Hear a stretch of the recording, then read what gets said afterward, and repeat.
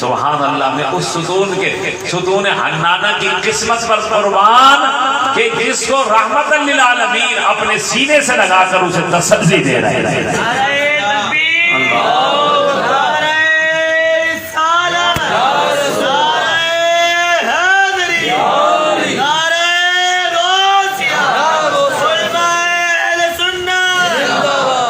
ابھی سے عادت بنا لیں، نعرہ تکبیر، نعرہ رسالت، نعرہ تحقیق، یہ نعرہ تحقیق ضرور کہا کریں کیونکہ آج اس کی بڑی ضرورت ہے۔ صحابہ کرام کی شانوں میں بڑی گستاخیاں ہو رہی ہیں، تو ہم رسول اللہ کے بھی چاہنے والے اور رسول اللہ کے غلاموں کے بھی ہم چاہنے والے ہیں۔ جو رسول اللہ صلی اللہ علیہ وسلم کے صحابہ ہیں نا، اگر میں ان کی محبت بیان کروں نا تو بہت ٹائم چاہیے کہ کس طرح جان اور مال کے ساتھ وہ رسول اللہ صلی اللہ علیہ وسلم پر قربان ہوتے ہیں۔ سبحان اللہ، یہ جو اسلام آج ہمیں پہنچا ہے نا، یہ صحابہ کرام ہی کی بدولت ہے۔ میرے دوست و محترم بزرگوں کو توجہ، وہ ستون حنانہ رویا، سرکار نے جا کر اسے گلے لگایا اور اسے تسلی دی۔ صحابہ کہتے ہیں وہ اس طرح چپ ہوا جیسے بچہ روتا ہے نا، اور پھر بچے کو ماں سینے سے لگا لیتی ہے، پھر بچہ سسکیاں لیتے لیتے چپ ہو جاتا ہے، اس طرح وہ ستون حنانہ چپ ہو گیا۔ اب سرکار نے فرمایا، اے ستون بتا، اگر تو چاہے، سنو اپنا عقیدہ مضبوط کرو، فرمایا اے ستون تو چاہے، رسول اللہ انعام دے رہے ہیں محبت کا، اور محبت کا انعام ضرور عطا ہوتا ہے، وہ تو پتھروں کی محبت کا بھی جواب دیتے ہیں نا۔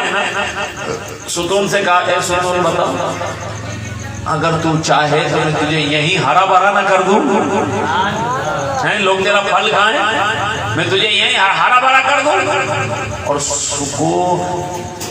سوکھے ہوئے تنے کے ہرے بھرے ہونے کا ثبوت خود قرآن میں موجود ہے۔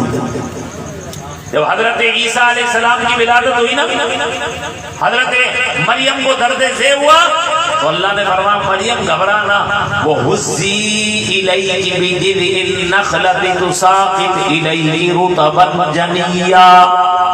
اے مریم، یہ سوکھا ہوا تنا ہے نا، اس کو صرف ہاتھ لگانا تیرا کام ہے، ہم اپنے نبی عیسیٰ کی پیدائش پر تجھے تبرک اسی سے دیں گے۔ سوکھے ہوئے تنے کو ہاتھ لگا، کون؟ حضرت مریم، حضرت عیسیٰ علیہ السلام کی والدہ۔ یہ تو قرآن سے ثابت ہے، جیسے ہی آپ نے ہاتھ لگایا اس سوکھے ہوئے تنے سے تازہ کھجوریں گرنے لگے۔ رسول اللہ صلی اللہ علیہ وسلم نے فرمایا اگر تو چاہے تو میں تجھے یہی ہرا بھرا کر دوں، اور اگر تو چاہے تو تجھے جنت میں لگا دوں، جنت میں لگا دوں۔ وہ تھا تو سوکھا تنا، لیکن اتنا سمجھدار تھا کیونکہ نگاہ نبوت میں وہ آ گیا تھا، اس لیے اتنا سمجھدار تھا، اس نے سوچا اگر یہ دنیا میں میں ہرا بھرا ہو گیا تو پھر کیا ہوگا، لوگ میرے پھل کھائیں گے، بالآخر فنا ہے، میں ختم ہو جاؤں گا، سوکھ جاؤں گا۔ موت تو برحق ہے نا، چاہے وہ درخت ہو، چاہے جانور ہو، چاہے انسان ہو، موت تو برحق ہے۔ اس سوکھے ہوئے تنے نے کہا یا رسول اللہ، مجھے دنیا میں آپ ہرا بھرا نہ کریں بلکہ مجھے جنت میں لگا دیں۔ آپ نے اسے ریاض الجنہ میں لگا دیا، ریاض الجنہ میں، آج بھی وہ ریاض الجنہ میں۔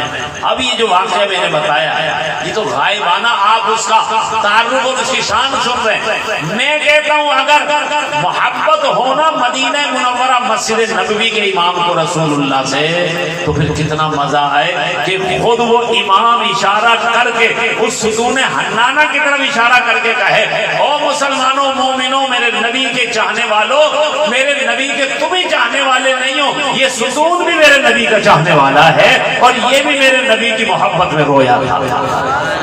تو میں کہتا ہوں یہ قسمت میں ان کے ہے ہی نہیں، ورنہ ستون حنانہ وہیں تو ہے مسجد نبوی، منبر کے ساتھ ہی ہے۔ اگر وہاں کا امام یہ حدیث بیان کرے کتنا مزہ آئے سننے والوں کو، لیکن یہ ان کے نصیب میں نہیں ہے۔ ہم اللہ کا شکر ادا کرتے ہیں، اللہ تبارک و تعالی جو خود اپنے نبی کی تعریفیں کرنے والا ہے، اس سنت کو ہم اہل سنت کو عطا فرما دیا ہے۔ یہ نبی کی شان عظمت بیان کرنا یہ اللہ کی سنت ہے، اور اللہ نے یہ جو ہے وہ ہمیں عطا فرما دی ہے۔ اب میں یاد کر رہا تھا کہ نبی پاک صلی اللہ علیہ وسلم میں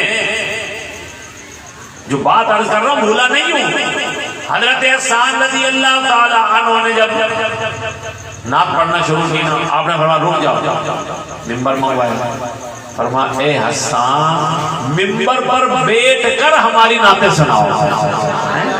میں کہتا ہوں نعت ویسے بھی تو پڑھی جا سکتی ہے، کھڑے ہو کے بھی پڑھ سکتے تھے، بیٹھ کے بھی پڑھ سکتے تھے، لیکن سرکار کا ممبر بچھوانا اس بات کی دلیل ہے کہ یہ عام ذکر نہیں ہو رہا، یہ اللہ کے محبوب امام الانبیاء کا ذکر ہو رہا ہے، تو اہتمام سے ہونا چاہیے۔ اس لیے نبی پاک صلی اللہ علیہ وسلم نے ممبر آپ کے لیے جو ہے وہ بچھوا دیا۔ اب یہ سنو کہ نعت کے لیے تو ممبر بچھوایا، اور جب صحابہ کہتے ہیں ہم نے دیکھا کہ ایک بڑی بھی عمر رسیدہ خاتون لکڑی ٹیکتی ہوئی نبی پاک صلی اللہ علیہ وسلم کی بارگاہ میں آئی نا، تو نبی پاک صلی اللہ علیہ وسلم ان کے لیے کھڑے ہو گئے، اور نہ صرف کھڑے ہوئے بلکہ اپنی کالی کملی ان کے لیے بچھا دی۔ صحابہ بڑے حیران ہوئے کہ یہ کون ہے، جو نہیں جانتے تھے وہ کہنے لگے یہ کون ہے بڑی بھی، یہ بڑھیا کون ہے جس کے لیے نبی پاک صلی اللہ علیہ وسلم اٹھ کر کھڑے ہو گئے اور اٹھ کر استقبال کیا۔ دوستان محترم، نبی کا اٹھ جانا یہ کوئی معمولی بات نہیں ہے، جس کے لیے نبی کھڑے ہو کر استقبال کریں، سمجھ لو کائنات اس کے لیے کھڑی ہو گئی ہے۔ ہاں، نبی پاک صلی اللہ علیہ وسلم نے کھڑے ہو کر جب اس کا استقبال کیا، صحابہ کو حیرانی ہوئی یہ کون ہے، یہ بڑی بھی، یہ ضعیف العمر، یہ بڑی عمر کی کون ہے؟ جو جانتے تھے نا صحابی، وہ کہنے لگے تم نہیں جانتے، یہ وہ خاتون ہیں جن کو حلیمہ سعدیہ کہا جاتا ہے، اور انہوں نے نبی پاک صلی اللہ علیہ وسلم کو دودھ پلایا، دودھ پلایا۔ میرے بچوں، یہ واقعہ میں اس لیے حدیث بیان کر رہا ہوں تاکہ آپ کو ذکر رسول کی بھی اہمیت کا اندازہ ہو کہ اگر ذکر رسول نعت کے نظم کے انداز میں ہو تو سرکار ممبر بچھوا رہے ہیں، اور اگر نثر کے انداز میں، تقریر کے انداز میں ہو تو سرکار ممبر نہیں خود اپنی کالی کملی بچھوا رہے ہیں، اور اس کے لیے اس کو حضرت حلیمہ سعدیہ کو کہہ رہے ہیں میری ماں میرے صحابہ کو میرے بچپن کے حالات سنا۔ یہی تو میلاد ہے، ہم کیا کر رہے ہیں؟ نبی پاک صلی اللہ علیہ وسلم کی شان ہی تو بیان، اے میری ماں میرے صحابہ کو میرے بچپن کے حالات سنا۔ پتہ یہ چلا سرکار کو خود مطلوب ہے کہ آپ کا ذکر کیا جائے، آپ کے بچپن کے حالات جو ہے وہ بیان کیے جائیں، اور یہاں بھی یہ بات آپ کو اس لیے کہہ رہا ہوں کہ دیکھو توجہ ادھر، وہ نبی جو رضائی والدہ کا اتنا احترام کرے تو خود سوچو کہ وہ نبی سگی والدہ کا کتنا احترام کرے گا۔ آپ ہی جو نعت پڑھ رہے ہیں یہ اچھا کام کر رہے ہیں، لیکن اگر کوئی میرا بچہ فرماتے ہیں اگر میری ماں زندہ ہوتی، سنو حدیث سنو، میری ماں زندہ ہوتی اور وہ مجھے کاش محمد کہہ کر، بیٹا کہہ کر بلاتی، اور میں نماز پڑھ رہا ہوں، میں نماز پڑھ رہا ہوں، کون فرما رہے ہیں؟ جن کی آپ نعتیں پڑھ رہے ہیں، نعتیں پڑھ کر اگر والدین کی عزت نہیں کرتے تو پھر کوئی فائدہ نہیں۔ جس نبی کی آپ نعتیں پڑھ رہے ہیں اس کی تعلیم سنیں، فرماتے ہیں میری ماں زندہ ہوتی اور وہ مجھے جو ہے وہ آواز دیتی اور میں نماز پڑھ رہا ہوتا تو میں نماز چھوڑ کر اپنی ماں کی آواز پر لبیک کہتا، نماز چھوڑ کر لبیک کہتا۔ اندازہ لگاؤ یہ ہمارے لیے درس ہے، آپ کے لیے درس ہے کہ رسول اللہ صلی اللہ علیہ وسلم اپنے والدین کا کتنا احترام کر رہے ہیں۔ ٹھیک ہے، ہمیں یہ چاہیے کہ ہم بھی اپنے والدین کا احترام کریں۔ فرمایا جس نے اپنے والدین کو محبت سے دیکھ لیا نا، محبت سے صرف دیکھنا، حج کتنا مہنگا ہے، صاحب لاکھوں روپے لگا لے، لیکن سرکار فرماتے ہیں جس نے اپنے والدین کو محبت سے دیکھ لیا نا، اللہ اسے ایک مقبول حج کا ثواب عطا فرماتا۔ تو میرے بیٹوں، میرے بچوں، صرف والدین کو دیکھنے میں حج کا ثواب ہے تو خود سوچو پھر پاؤں دبانے میں کتنا ثواب ہوگا۔ اس لیے اپنے والدین کا کہنا مانا کرو، اپنے والدین کی خدمت کرو. والدین بہت بڑی نعمت ہے, بہت بڑی نعمت ہے. ہم علماء کے پاس جاتے ہیں, پیر حضرات کے پاس جاتے ہیں, حضرت دعا فرما دیں, مولویوں کو حضرت دعا فرما دیں. بھائی وہاں تو کہنا پڑتا ہے آپ کو, لیکن والدین جو ہے نا وہ دعاؤں کی فیکٹری آپ کے گھر میں موجود ہے, ان کو کہنا نہیں پڑتا. جب بھی بچہ ان کی اولاد باہر نکلتی ہے ان کے ہاتھ رب کی بارگاہ میں پھیل جاتے ہیں, یا اللہ میرے بچے کی خیر فرما. تو یہ جو محفل میلاد ہیں یہ ہمیں اس بات کی طرف راغب کرتی ہیں کہ صرف ہم نعتیں ہی نہ پڑھیں, صرف ہم میلاد کی محفلیں منعقد نہ کریں, سرکار کی باتوں پہ عمل بھی کریں گے انشاءاللہ. اللہ تعالیٰ ہمیں عمل کی توفیق عطا فرمائے. جو کچھ کہا گیا, جو کچھ سنا گیا, اللہ تعالیٰ اپنی بارگاہ میں قبول و منظور فرمائے. وما علینا الا البلاغ.